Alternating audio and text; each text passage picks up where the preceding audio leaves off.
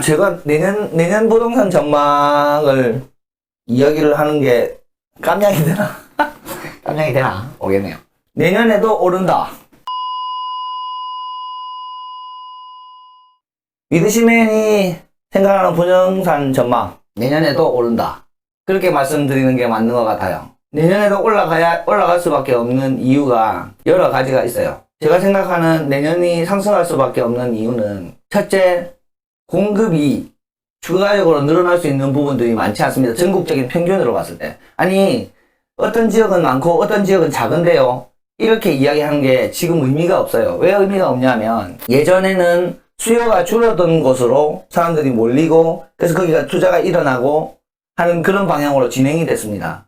그런데 요즘은 공급이 많든 적든 사실 큰 차이가 나잖아요. 수요가 집중되느냐 되지 않느냐에 따라서 움직임이 달라져 버립니다. 왜냐하면 그 많은 공급을 전부 다 소진시킬 수 있을 정도로 투자자의 움직임이 활발하고 유동성이 풍부하거든요. 코로나의 영향이 아직은 계속해서 유지가 될 것 같고 이로 인해서 국내 경기가 더 좋아질 수 있을 가능성이 굉장히 낮습니다. 지금 시중에 풀려있는 유동성을 줄일 수 있는 특별한 방법이 없는 상태에서 현재의 유동성은 계속해서 유지가 될 것이고 부동산의 가격은 인플레이션 이상으로 올라가면서 예전에 인플레이션을 감안하고 부동산 투자를 했다면 지금은 인플레이션 그 자체가 아니라 부동산 자체의 인플레이션을 생각을 하고 있는 것이 투자자들의 생각이기 때문에 가진 돈은 점점 많아지고 내 집은 점점 비싸집니다. 그러니까 팔면 돈은 많이 생기고 더 비싼 집으로 움직일 수 있는 수요가 계속해서 움직이기 때문에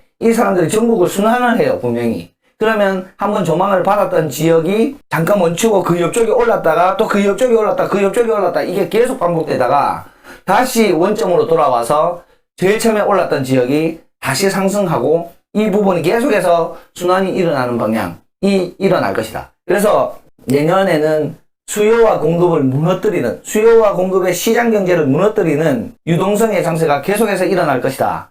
가 첫 번째 생각이고, 이를 방지하거나 억제시킬 수 있는 규제책이 이제 많지 않다. 이미 나올 만큼 나왔다. 라고 생각하는 게 두 번째. 그래서 유동성 장세가 계속해서 유지가 될 것이다. 라고 판단하는 게 제 생각이고, 지역적으로는 사실 말씀드리기는 힘들지만, 비규제 지역에 수요가 몰리는 곳으로 상승이 일어날 가능성이 굉장히 높고, 이미 규제 지역인 지역은 전세 수요를 계속해서 보면서 움직일 것 같아요. 무슨 말이냐면 규제 지역은 돈은 많은데 그 돈을 돌리기가 효율적이지가 않습니다. 대출이 안 나오기 때문에. 그러니까 반드시 전세의 갭이 줄어들면서 실투비가 줄어드는 상황이 발생을 해야 합니다. 투자자가 들어가서 공급을 없애버리는 그 시장은 분명히 수요가 있는 시장인데 그 수요가 실수요가 아니라 가수요죠. 사실은 빠질 수 있는 가수요죠. 누군가 살기 위해서 들어간 건 아니잖아요. 그 수요가 많은 지역은 전국적으로 순환하면서 일어날 수 있다는 거예요. 그런데 정작 그 집에 들어가서 살 수요가 많은 지역 같은 경우에는 실제로 공급이 작거나 수요가 많거나 또 일자리가 풍부하거나 늘어나거나 그 교통 개발이 일어나서 타 지역에서 이주가 가능하거나 하는 그런 지역에 수요가 늘어나겠죠.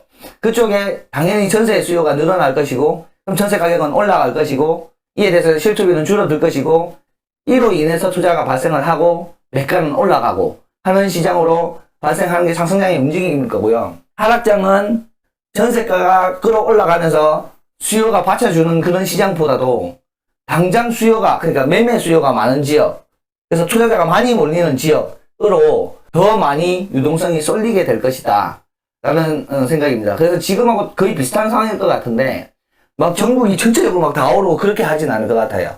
몇 개 포인트를 따라서 쭉 오르고 그 포인트가 바뀌고 그럼 여기가 쭉 오르고 그럼 상대적으로 거의 비슷한 수준이 되면 이쪽이 다시 오르고 하는 그런 순환을 계속해서 반복하게 될 것이다 라고 판단하기 때문에 한마디로 말씀드리자면 내년에도 상승할 것이다 라고 생각을 하고 올해의 특징이 더 두드러질 것이다 라고 판단합니다. 예를 들면 신축, 분양권, 재건축, 재개발 이쪽으로 들어가시는 분들이 점점 더 많아질 것이고 구축으로의 움직임보다는 돈이 이제 예를 들어서 내가 돈이 많이 없었으면 갭이 작은 구축을 하겠지만 이제 구축을 해서 어느 정도 돈을 버신 분들이 점점 더 늘어나고 있고 또 완전 신축과 완전 구축의 중간 정도에 있는 집을 사서 매도를 하신 분들도 이미 수익이 생겼고 자금이 늘어났어요. 그분들도 점점점 더 신축으로 가담을 하실 거기 때문에 실질적으로 물건, 그러니까 입지적으로 봤을 때는 전국적인 흐름이 아까 전에 말씀드린 것처럼 두 개로 나뉜다라고 저는 판단을 하지만, 물건적으로 봤을 때는 신축이거나 신축이 될 물건 쪽으로 몰리면서 걔네들이 매가의 상승을 계속해서 리딩을 하는 시장으로 만들어 갈 것이다 하고 판단을 해요. 일반 매매 시장은 그러한데 경매 시장 같은 경우에는 조금 상황이 달라집니다. 그러니까 지금과 다르다는 게 아니라 좀 전에 말씀드린 그 시장과는 조금 다른 시장이 될 거예요. 당장 법인이 일단은 진입을 못하는 건 당연한 상황이 돼버린 거고, 1억짜리 미만 말고는요. 일반 개인이 경매에 참여를 한다라고 했을 때, 아니 일반 시장에 가면 갭이 이미 줄어들어가지고 작은 갭으로 살 수 있고 내 실투금만 집어넣으면 그냥 바로 살 수 있는데, 경매 같은 경우에는 바로 전세가 맞춰지지가 않으니 잔금을 쳐야 되고 그럼 대출을 실행을 해야 되잖아요. 그럼 단순히 지금 갭이 작다고 해서 무조건 달려들 수 있는 상황은 아니지 않습니까? 예를 들어서 규제지역이나 서울 같은 경우에 대출이 안 나올 건데 당장 돈이 있어야 무슨 진행을 하게 될 거잖아요. 그래서 일반 매매에 붙는 경쟁보다 경매에 붙는 경쟁률이 줄어들 것이다, 점점 줄어들 것이다 라고 판단을 저는 하는 거죠. 예를 들어서 물건 10개가 매매가 될 때 80%의 경매 낙찰가율이 나온 지역이 있다 하면, 그 매매가 20개가 진행이 되면 경쟁률이 배로 올라야 되지만 그렇게 되지 않을 가능성이 있다. 경매 시장과 일반 매매 시장이 양분화 될 가능성이 있다라고 저는 판단을 하기 때문에, 올려만 하면 자금이 있는 분들에게는 경매 시장에 더 좋은 기회가 올 것이다. 그게 상승장이든 하락장이든 간에 더 좋은 기회가 올 것이다 라고 저는 판단을 하고 있습니다. 그래서 내년에도 열심히 활동을 해서 다 같이 돈을 벌 수 있는 좋은 시장이 오지 않을까 판단을 합니다. 그리고 그 기조가 더 심해지면 심해지지 나빠지지는 않을 것 같아요. 섣불리 내년에 부동산 전망을 해봤습니다. 트렌드잖아요.